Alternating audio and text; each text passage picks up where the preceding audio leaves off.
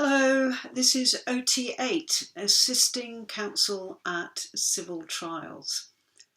Please can you listen to this tutorial in conjunction with reading page 13 of your study notes.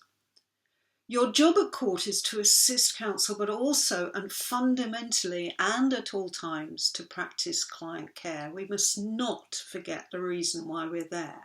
So, what is client care? This can be divided into several stages. Number one, when you first meet the client, be approachable and sympathetic. Number two, before going into court, be reassuring. Number three, once in court, ensure the client knows that you're there for them.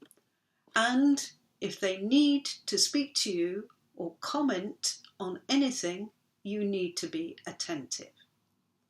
Remember that quite often the client may never have been to court before, they will not know what the procedure is, and will more often than not find it completely daunting. Since you've been sent to court instead of the solicitor, it is your job to look after the client. It is not counsel's job.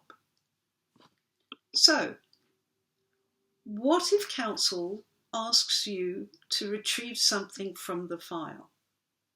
As your study notes state, this can cause a panic.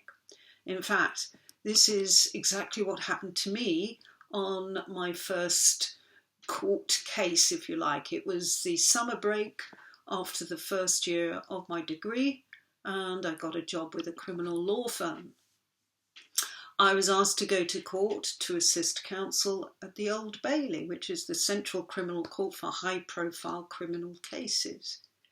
The case had been going on for about 2.5 years before the court case, and there were 5 case files which I carried into court.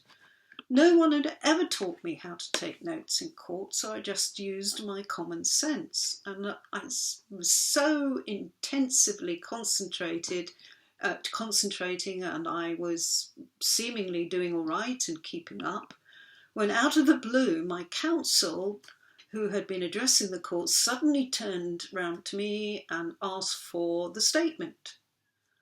Well, I hadn't really been paying attention to what was being talked about because I was busy taking notes, so I didn't know which statement and by whom and by and when.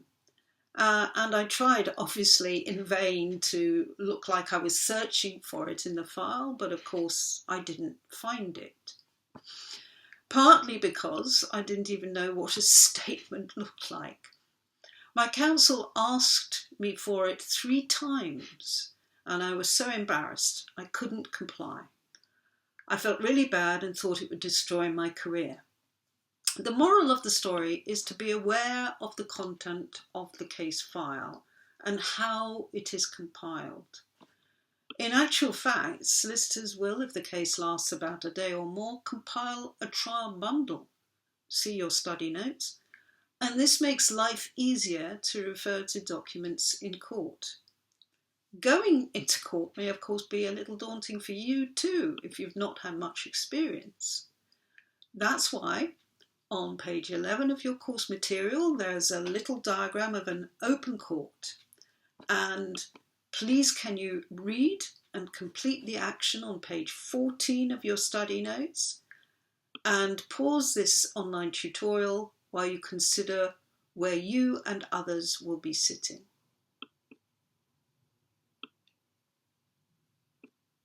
Welcome back.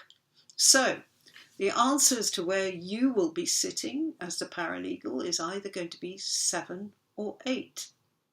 Did you mark out who would be sitting at the other numbers?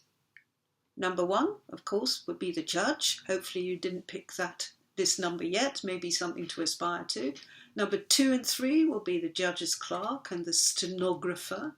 That is the person who takes the official court recordings. Number 4 and 5 will be counsel.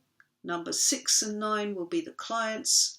And of course, number 7 and 8 will be the paralegals. This is the end of OT8. See you at the next one.